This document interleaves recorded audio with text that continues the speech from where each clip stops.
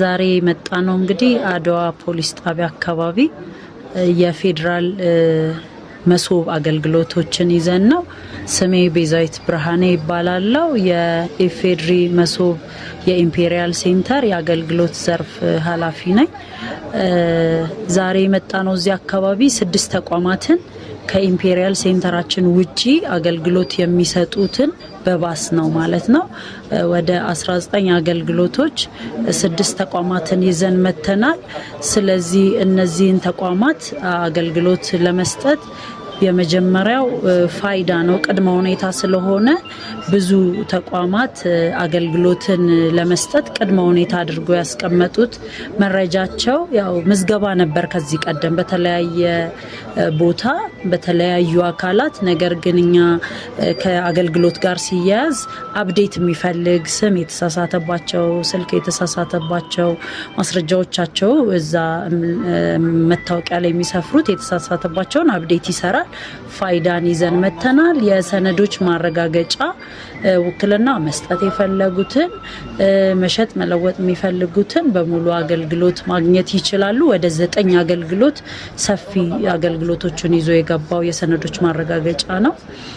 ሌላው ደግሞ እነዚህ ሰነዶች ማረጋገጫ አገልግሎት ለማግኘት ጽህፈት ካሌለ አይሆንምና ጽህፈትን የሚሰራልን ኢትዮ ፖስት ገብቷል ማለት ነው። አብሮ ዩኒቨርሳል አለ። በተጨማሪም ደግሞ ትምህርት ስልጠና ባለስልጣን ነው። ትምህርት ስልጠና ባለስልጣን የዲግሪ ማስተርስ አውተንቲኬሽን ከፈለጉ በግል ተቋማት የተማሩ አውተንቲኬት እናደርጋለን። ውጭ ሀገር ተምሮ የመጡ የትምህርት ማስረጃ ያላቸውን ኢኩቫለንስ ይሰራል። ስለዚህ እነዚህ የአቻ ግመታ የሚባለውን አገልግሎት ይሰጣል ማለት ነው። በተጨማሪም ደግሞ ገቢዎች ሚኒስቴር አለ። የፒኤልሲቲን ቫት የሚፈልጉ ተገልጋዮችን በዚህ ባስ ውስጥ ማግኘት ይችላሉ አገልግሎቱ። ሌላው እንግዲህ ሰፊ ስራ እየሰራ ያለው ምንድነው የሰነዶች ነውና 2 ካውንተር ሰተን እየሰራን ያለ ነው። ረጅምም ሰዓት ስለሚፈልግ ቀድመው ተገልጋዮቻችንም የሚያስፈልጓቸው ማስረጃዎች አምጥተው ውክልና መስጠት መሸጥ መለወጥ የሚችሉ መሆኑን በአክብሮት ለመግለጽ እንወዳለን ማለት ነው። ይሄ ተንቀሳቃሽ የባስ አገልግሎት ስንጀምር እንግዲህ የፌደራል ተቋማት በየሄድ ኦፊሶቻቸው ነው ያሉት። ከዛ በተጨማሪ ኢምፔሪያል ሴንተር መሶብ ውስጥ ነው የገቡት። እዚህ እነዚህ ትልልቅ ተቋማትን ደግሞ ተደራሽ ለማድረግ በተንቀሳቃሽ ባስ መተናል። ተገልጋዩ ወደ ኢምፔሪያል ሴንተር ከሚመጣ ይልቅ አገልግሎት መስጠት የሚችለውን ያክል በዚህ ባስ እኛ ወደ ተገልጋዩ እየሄድን ነው።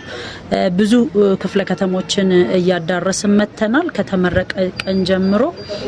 ዛሬ እንግዲህ የካ ክፍለ ከተማ የአድዋ ድልድይ በተለምዶ የሚባልበት አካባቢ ወረዳ 7 ላይ እንገኛለን ማለት ነው።